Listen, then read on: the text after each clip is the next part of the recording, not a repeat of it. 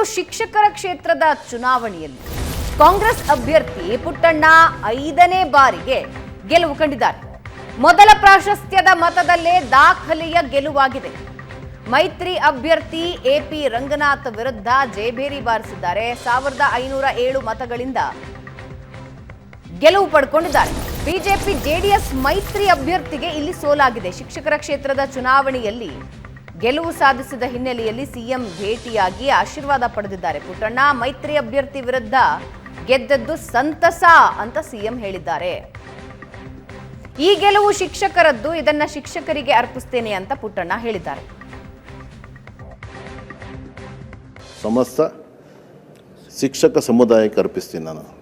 ಯಾಕೆಂದರೆ ಅವ್ರು ನನ್ನ ಮೇಲೆ ಪ್ರೀತಿ ನಂಬಿಕೆ ಇಟ್ಟು ನನ್ನ ಗೆಲ್ಲಿಸಿದ್ದಾರೆ. ಇವತ್ತಿನ ದಿನ ನನ್ನ ಜವಾಬ್ದಾರಿ ಇನ್ನೂ ಕೂಡ ಹೆಚ್ಚಿದ್ದಾರೆ. ಹಾಗಾಗಿ ಅದನ್ನೆಲ್ಲ ಇನ್ನೂ ಕೂಡ ಅರ್ಥಕೊಂಡು 100ಕ್ಕೆ 100ರಷ್ಟು ಡೆಡಿಕೇಟ್ ಮಾಡಿ ಎಂಟೈರು ಈ ರಾಜ್ಯದ ಸಮಸ್ತ ಶಿಕ್ಷಕ ಸಮುದಾಯದವನ್ನು ಹಿತವನ್ನು ಕಾಯ್ತಕ್ಕಂಥ ಕೆಲಸವನ್ನು ಮಾಡ್ತೀನಿ. ನಮ್ಗೆ ಯಾವತ್ತೂ ಕಷ್ಟ ಅಂತ ಅನ್ನಿಸ್ಲೇ ಇಲ್ಲ ಸರ್.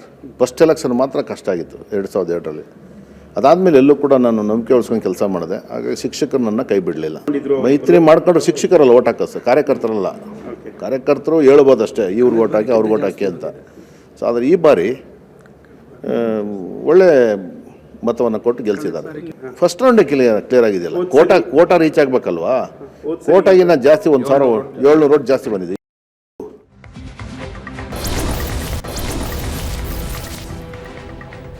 ಇದು ಮೈತ್ರಿಯ ಸೋಲಲ್ಲ, ನನ್ನ ವೈಯಕ್ತಿಕ ಸೋಲು ಅಂದಿದ್ದಾರೆ ಎಪಿ ರಂಗನಾಥ್. ಬಿಜೆಪಿ ನಾಯಕರೆಲ್ಲ ನನಗೆ ಸಪೋರ್ಟ್ ಮಾಡಿದ್ರು, ಕಾಂಗ್ರೆಸ್ ಆಡಳಿತ ದುರುಪಯೋಗ ಮಾಡಿಕೊಂಡಿದೆ ಅಂದಿದ್ದಾರೆ.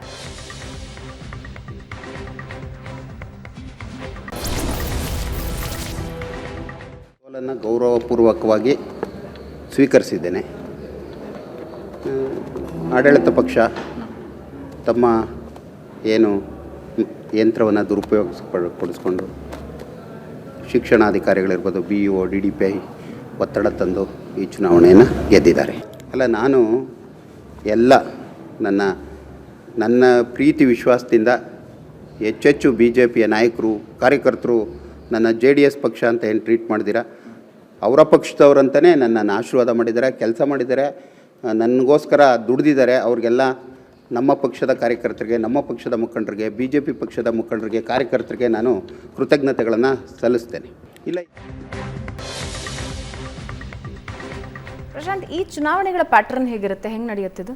ಅಲ್ಲ, ಒಂದು ಶಿಕ್ಷಕರ ಕ್ಷೇತ್ರ ಇರಲಿ, ಪದವೀಧರ ಕ್ಷೇತ್ರ ಇರಲಿ, ಪಾರ್ಟಿಗಿಂತ ಹೆಚ್ಚಾಗಿ ವ್ಯಕ್ತಿಗತವಾಗಿ ಚುನಾವಣೆಗಳು ನಡೀತವೆ. ಆದರೆ BJP JDS ಮೈತ್ರಿ ಆದ ನಂತರ ಬೆಂಗಳೂರಿನಲ್ಲಿ ಈ ಕ್ಷೇತ್ರವನ್ನು JDSಗೆ ಬಿಟ್ಟುಕೊಡಲಾಗಿತ್ತು.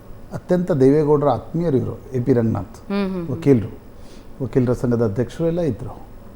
ಆದರೆ ಈ ಚುನಾವಣೆಯನ್ನು ಎಪಿ ರಂಗನಾಥ್ಗೆ ಗೆಲ್ಲಲಿಕ್ಕಾಗಲಿಲ್ಲ. ಒಂದು, BJP JDS ಮೈತ್ರಿ ಆದ ನಂತರ ಸುಲಭವಾಗಿ ಚುನಾವಣೆಯನ್ನು ಗೆಲ್ತೀವಿ ಅಂತಕ್ಕಂಥದ್ದು ಎಪಿ ರಂಗನಾಥ್ ಅಂದ್ಕೊಂಡಿದ್ರು. ಆದರೆ ಪುಟ್ಟಣ್ಣ ತಮ್ಮ ಕ್ಷೇತ್ರದ ಮೇಲಿನ ಹಿಡಿತವನ್ನು ಇನ್ನಷ್ಟು ಬಿಗಿಗೊಳಿಸಿದ್ದಾರೆ.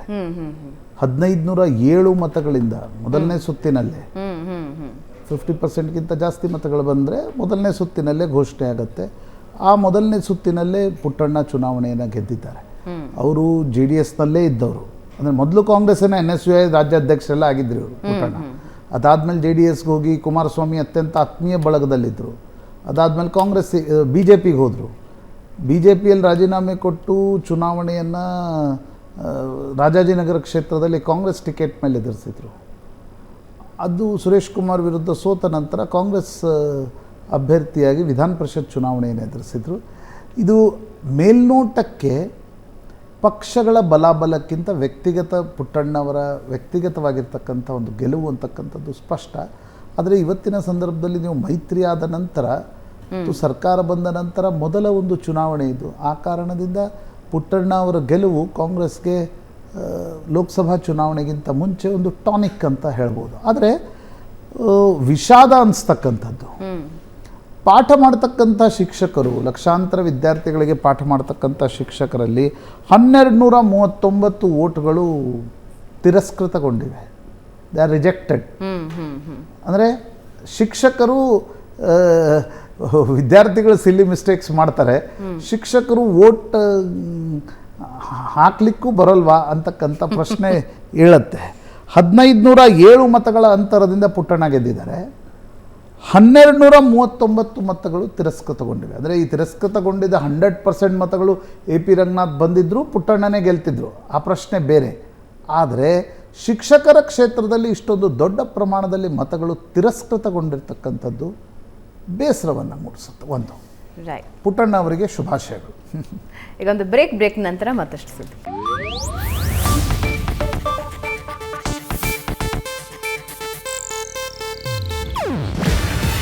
ಇದು ಏಷ್ಯಾನೆಟ್ ನ್ಯೂಸ್ ನೆಟ್ವರ್ಕ್ ಪ್ರಸ್ತುತಿ.